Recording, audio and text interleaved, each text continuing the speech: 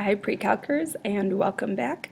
Hopefully you are ready to learn about exponentials, which is what this unit is all about.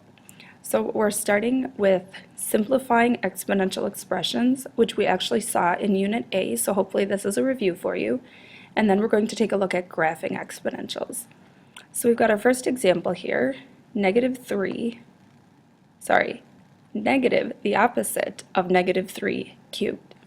So we start by simplifying what's inside the parentheses, and that gives us negative 27. Negative 3 cubed is negative 27.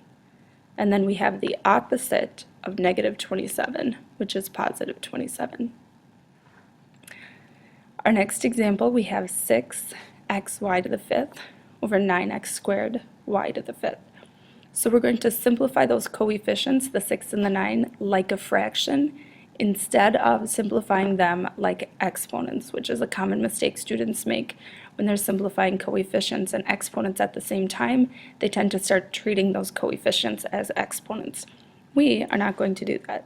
So we've got 6/9, and when we simplify that fraction, we get 2/3. The x's, we have an extra x in the denominator after we simplify, and our y to the fifths cancel each other out.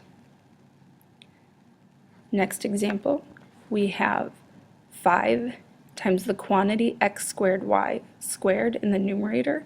So we're going to start by distributing the square in the numerator, and we're going to distribute the square in the denominator. So in the numerator, we have the 5 on the outside of the parentheses, so that will not be squared.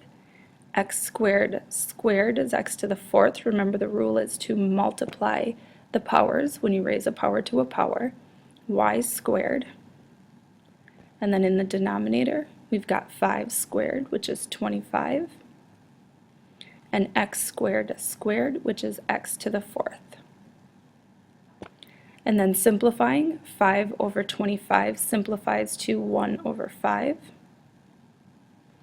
And in the numerator, or the x's, x to the fourth over x to the fourth cancel, leaving us with a y squared in the numerator. I hope you can follow what I'm saying, because what I'm writing isn't as clear as I would like it to be, so sorry about that. Alright, so the next one, we've got a negative exponent. So what we do with negative exponents is we move them. If the negative exponent is in the numerator, we move it to the denominator. If it's in the denominator, we move it to the numerator. So this one will become 1 over b to the positive 4 power. Our next example, we have 16 over 2 to the negative 3. So we're going to take that negative exponent and move it to the numerator with the 16, so that becomes multiplication, 2 to the positive 3 power. 2 cubed is 8, and 16 times 8 is 128. Example F, we have another negative exponent, so we're going to move the second 2 to the denominator and make it to the positive 4 power. Now there's two different ways to simplify this one. The first way is to simplify using exponents, thinking about it as x over x to the fourth. We would be left with x cubed in the denominator when you subtract those exponents, and 2 cubed is 8. The other option is to go ahead and simplify 2 to the fourth power, which is 16, and 2/16 simplifies to 1 over 8. So both methods work, and you're welcome to use the one that makes the most sense to you. Last example, we've got ab to the negative 1 power. So we're going to move both of those to the denominator and make their exponent positive, so 1 over ab.